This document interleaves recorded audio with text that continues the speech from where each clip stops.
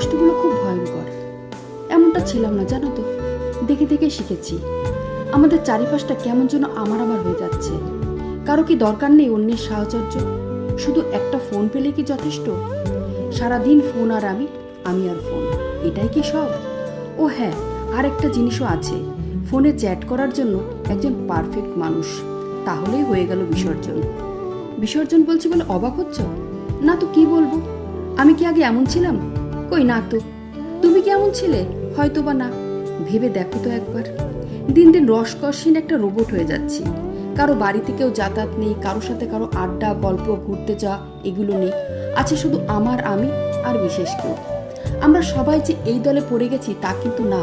কিছু আবেগী এখনো বেঁচে আসে এই সমাজে, যাদের ভালোবাসার দরকার, আপনজন দরকার, আর দরকার প্রাণ খুলে গল্প করার।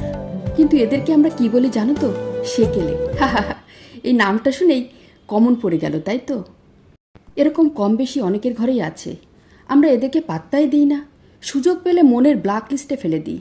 একবারও ভাবি না যে আমাকেও কেউ একদিন এভাবে ব্ল্যাক লিস্টে ফেলতে পারে।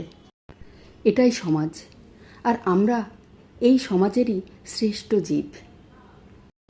আমার ভিডিওগুলো যদি ভালো লাগে অবশ্যই পাশে থেকো, আর তোমরাও ভালো থেকো। দেখা হবে আবার।